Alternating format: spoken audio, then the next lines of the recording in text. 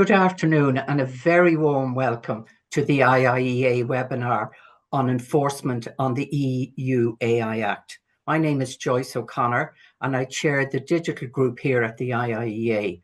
And it's my great pleasure to welcome our distinguished speaker today, Dr. Lucilla Sioli, Director of the AI Office in DG Connect in the European Commission. Lucilla, you're very welcome. And we look forward to your presentation. And thank you so much for being with us today, because I know your office and yourself are very, very busy. Dr. Sioli will speak to us for around 20 minutes, and then I will go to the Q&A to you, our audience. You can join our discussion as usual using the QA function at the bottom of your screen. Please feel free to send in your questions or comments during Lucilla's presentation, and I appreciate very much if you give your name and designation when you're asking a question. As is usual, today's presentation is on the record as well as the Q&A, and please join or feel free to join us on Twitter or X using the handle @IIEA. There is little doubt that AI will continue to be the most talked about and powerful technology in the coming year. We can see that the fourth industrial revolution powered by AI is advancing at a pace that previous technologies, much quicker than previous technologies. From the classroom to the boardroom, from hospital to homes, AI is interwoven in our lives. Ireland's AI Advisory Council issued its strategic policy recommendations to government, helping to shape Ireland's AI future. And that was issued last Friday, together with two papers, one on AI in education and the other on the impact of AI on Ireland's cultural sector.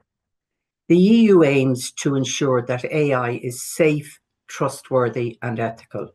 For this purpose, the AI Act is the first ever comprehensive legal framework on AI worldwide, guaranteeing the health, safety and fundamental rights of people and providing legal certainty for businesses across 27 member states. The European AI Office is at the centre of AI expertise across the EU. It plays a key role in implementing the AI Act, especially for general purpose AI, fostering the development and use of trustworthy AI and international cooperation. It does this while protecting against AI risks. So how will this happen? Well, today we've got Dr. Lucilla Sioli to tell us how it will happen. And she will discuss the enforcement of the EU AI Act, explore the enforcement framework for the Act, and how the legislation will be implemented in practice. She will also focus in particular attention on the role of the AI Office and how it can help coherent cooperation between regulators across different sectors and member states. Dr. Sioli, as you know, has been with the Commission since 1997, and she's the Director of the AI Office in DG Connect.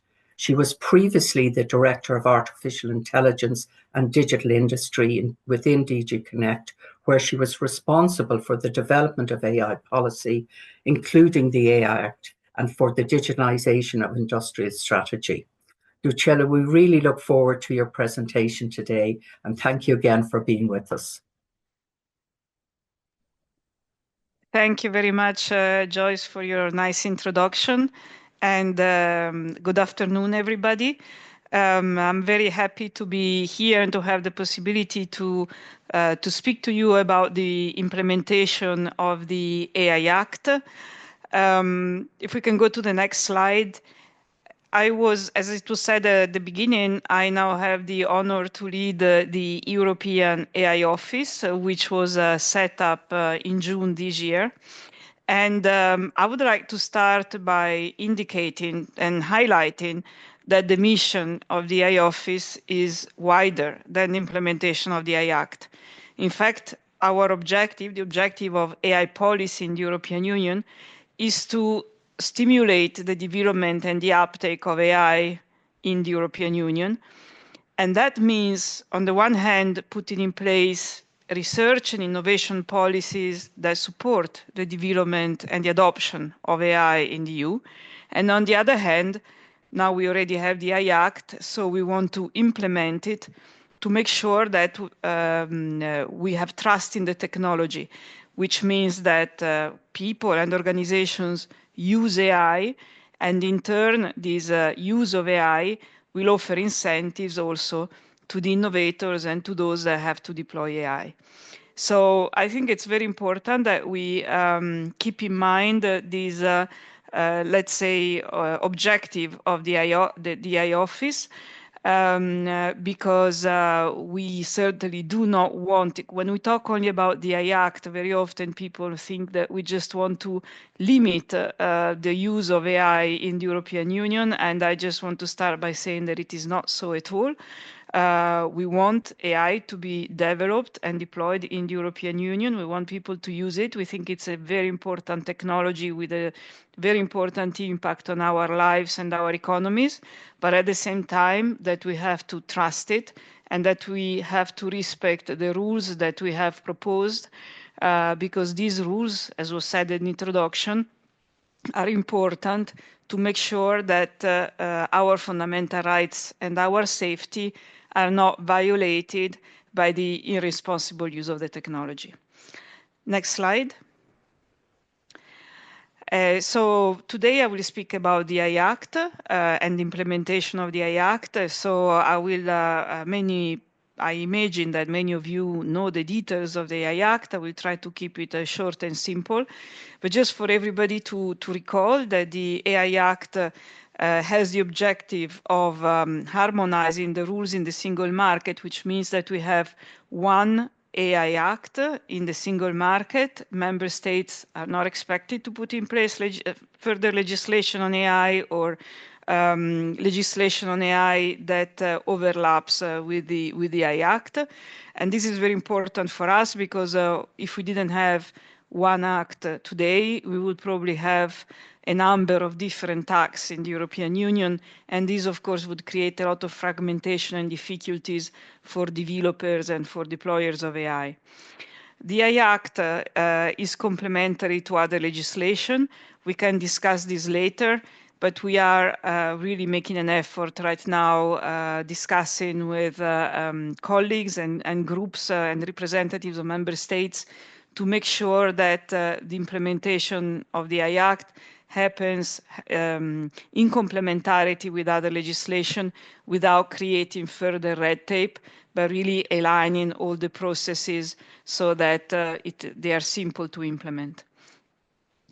It focuses on systems in the sense that it focuses very much on the idea that we don't want to have our fundamental rights and our safety be violated by the use of AI, but we will see also that there is a part of the AI Act that rather focuses also on the models that enable, in particular, the very large general purpose models and systems.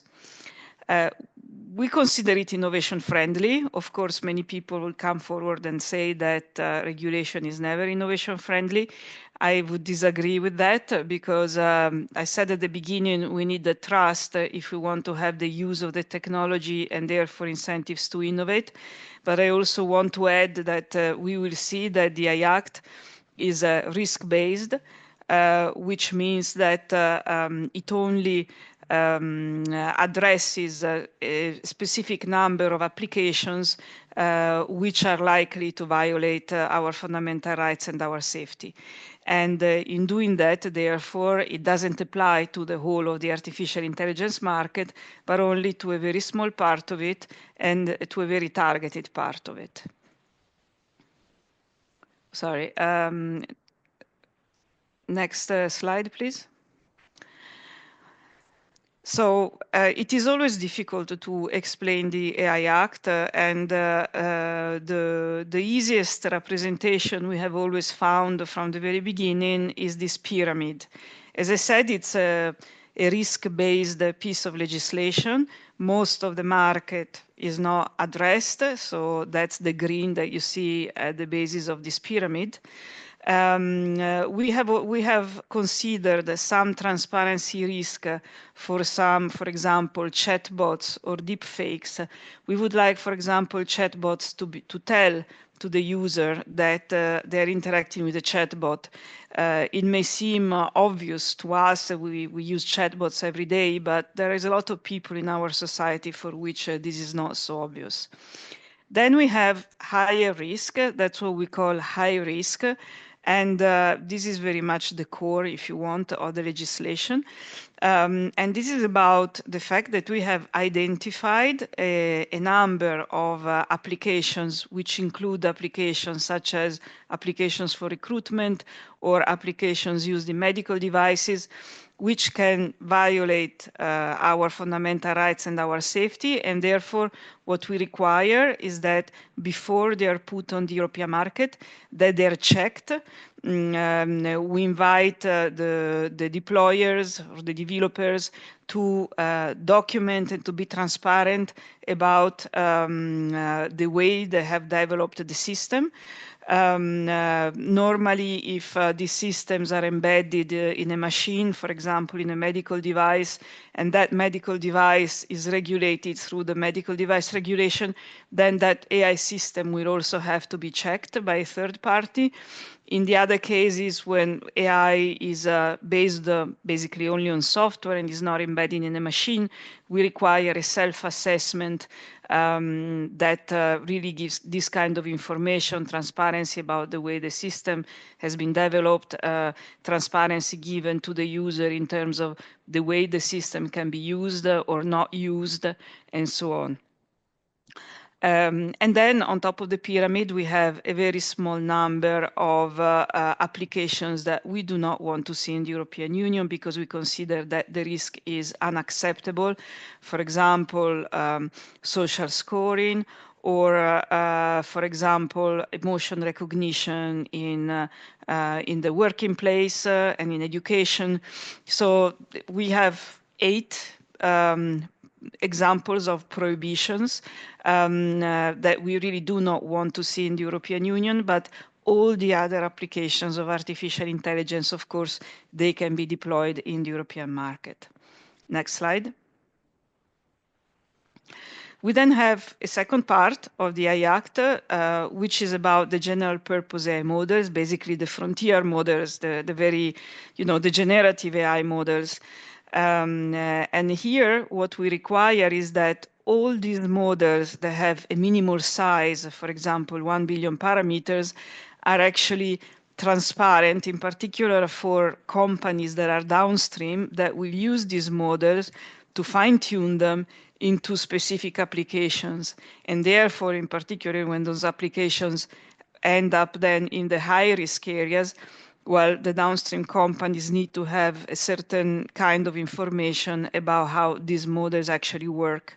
And then we focus our rules on the very frontier models. These are the models that are very capable. And because they're very capable, they can actually create some systemic risk. And so for these very capable models, we have a certain number of obligations that we are now addressing together with stakeholders, in the sense that we are working with stakeholders in a code of practice where we will specify how in practice one can comply with those obligations, so that signing up to this code of practice can also be represent a way of being presumed to comply with the obligations. Next slide. How do we enforce the AI Act? So the part that I explained earlier with the prohibitions and the high risk, the part of the pyramid basically, will be enforced by authorities in European member states. And since the use cases can be in different sectors, many countries who are now designating their relevant authorities tend to choose the sectoral regulatory authority, for example, the financial regulator for the finance sector and so on. But when it comes to the general purpose models, then the enforcement, the supervisor is with the European Commission. And so it's in the European AI office, where we are now also created a new unit that we call the safety unit, where we have technology specialists and experts who will be carrying out this work of making sure that the general purpose models with systemic risk are actually safe, and that transparency is actually respected in the European market. Now, we will not be working alone because, well, on the one hand, of course, we work with the member states, and we work in a board that we call the AI board. Here, all member states are represented, and also the market surveillance authorities. So this will be very important to make sure that the market surveillance authorities actually work coherently, and the implementation of the Act is consistent across the European Union. Secondly, we set up a scientific panel which will help us in particular to work on the general purpose AI models and to raise our attention in case they identify certain risks in the market that have not been identified by the AI office. And thirdly, we work with an advisory forum made of representatives from civil society organizations, academics, but also industry, who will advise us on a number of items, for example, on the list of high-risk applications, if that list has to be modified, should be prolonged, or that there have been accidents that we should be notified about, and so on. So we will still have to launch the advisory forum. We will launch it in the second half of the year, but it's a very important forum for us because it will be our way of talking to the community. Next slide. Therefore, if I have to summarize the role of the AI office in the governance, is then on the one hand, when it comes to the high-risk applications and to the prohibitions, we have to make sure that the market surveillance authorities from the member states behave in a coherent way. And by the way, when there is a problem with one application in more than one country, then these authorities have to consult with the European Commission. Secondly, we offer the oversight, and we're responsible for the enforcement of the rules on general purpose models. And thirdly, through the governance mechanism and the different bodies that I described earlier, we take into account the views of experts and interested stakeholders in our society, and we actually provide the secretariat to all these bodies. Next slide. The timeline for the entry into application of the different rules seems a little complicated because the AI Act in reality is already in force since August 2024. But the different groups of rules are applicable at different points in time. So the prohibitions are already applicable since the beginning of February. This is important because co-legislators decided that these prohibitions were so relevant that they couldn't be tolerated on the European market, and therefore these prohibitions are already applicable. The rules for general purpose models and the obligations become applicable in August this year. The rules for the high-risk artificial intelligence systems, which are based only on software, they apply in 2026. And then the rules for high-risk systems that are embedded in machines apply in 2027. Now, this difference in timing is due to the fact that it takes time for member states to be able to organize their governance. And so that's why the rules on high risk, which, as I said, are implemented and enforced by market surveillance authorities at the national level, start later than other rules. And then when the AI system is embedded in machines, very often it means that we have to align processes because Very often deployers have to get a CE marking because they maybe put on the market a robot with an artificial intelligence system on it. And we want to make sure that these procedures are aligned so that we have one CE marking and the certification takes place in the same place. And that's why as these are systems that get certified by third parties, it takes a little bit longer than the other rules to be applicable. Next slide. If we consider the implementation, then I will tell you where we are at the moment. So our implementation goes through three main blocks of activities. First of all, is that we have to have in place the governance structure because we work with member states and academics and civil society and industry.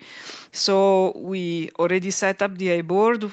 We have already met with member states a number of times, and we will soon launch a call for expression of interest to people who are interested in participating in the scientific panel, and the call for the advisory forum, which will be probably published in a few months' time.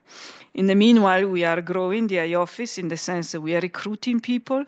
We are recruiting in particular technology specialists that are working in the safety unit. And we are also recruiting some profiles of legal and policy colleagues. Secondly, we need to give guidance. It's very important when you have legislation to give guidance because, of course, it may be difficult to follow. And we certainly don't want to increase the red tape and also increase the cost for any company needing legal advice. So we really commit to the publication of guidance documents. And also to activities in terms of co-regulation, like the code of practice that I mentioned earlier for the general purpose models.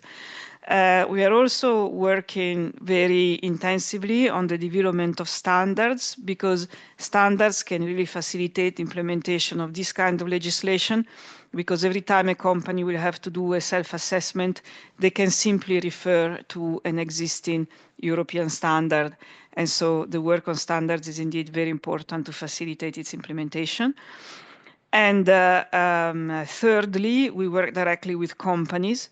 We have an AI Pact, which is a call for companies to anticipate the implementation of the AI Act, not for us to check if they're actually doing that or not, but simply for companies to understand how to actually implement the AI Act. And we have a set of companies who has signed up to voluntarily anticipate the requirements of the AI Act. And then when we have best practices, we push them also to many other companies that are following the AI Pact so that they have examples on what they can do.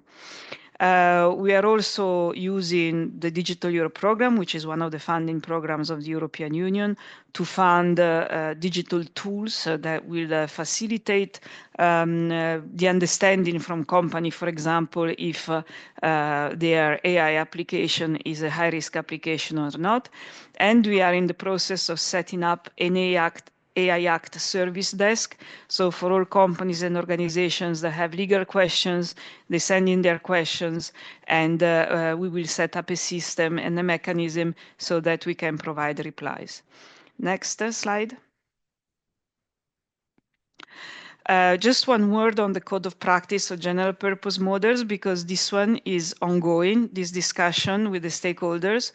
So this is a code of practice where we have launched in the summer, and we have about 1,000 participants in this code of practice, plus a number of international organizations and also third countries which are following the code of practice as observers. And this is about, as I said earlier, designing practical steps to comply with the obligations of the AI Act in relation to general purpose models, and with a focus also on those with systemic risk. I have to say that the participation of companies and providers of artificial intelligence models, which are the main addressees, of course, of the Act, is intense. They are participating from different parts of the world. It's a very constructive participation. It's a very intensive participation. And I think that this has a very important value at the international level, because this is something that could be easily followed and implemented at the international level. And so we are about to publish a third draft of this code of practice. The aim is to finalize it in the month of May. Next slide. Just a glimpse to recent activities we have been taking to implement the AI Act. So as I said before, we try to give a lot of guidelines. We have published a list of prohibitions and guidelines also on the definition of AI system. So this is important guidelines which is already available. We are, of course, doing the code of practice on general purpose AI, and we are carrying out a number of webinars under the AI Pact. So if you're a company or an organization interested in knowing more about how to implement different parts of the AI Act, do join these webinars. You'll find all the information online. There are many participants. And I think for awareness raising, and also, as I said earlier, to have some practical examples, it's very important to take part. Next slide. Oh, this was my last slide. So I thank you very much for your attention. And of course, I'm available for questions.